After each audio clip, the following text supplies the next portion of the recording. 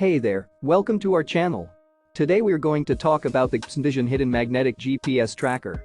This tracker is ready to use for vehicles, trailers, elderly, teenagers, and more.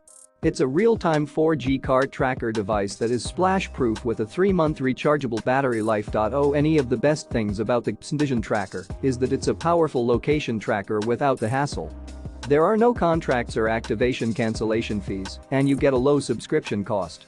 It's a robust car tracker with a long battery life, without the cumbersome process that other GPS tracker providers require. The quick installation of this GPS tracking device is a game changer. You can set it up in seconds and it doesn't require any wiring. Thanks to its powerful built-in magnets, you can easily attach it to any flat metal surface of a car.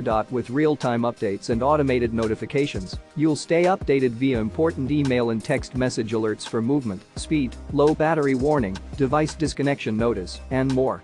This tracker for cars runs on the 4G ATT network. The long-lasting 20,000 mAh battery is unlike other tracking devices. Our GPS for vehicles is equipped with a high-powered lithium-ion battery that lasts 3 months with average daily driving.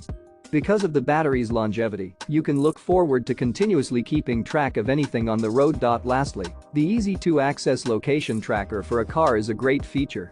IntelliTrack, our GPS device app, can be conveniently accessed on your smartphone.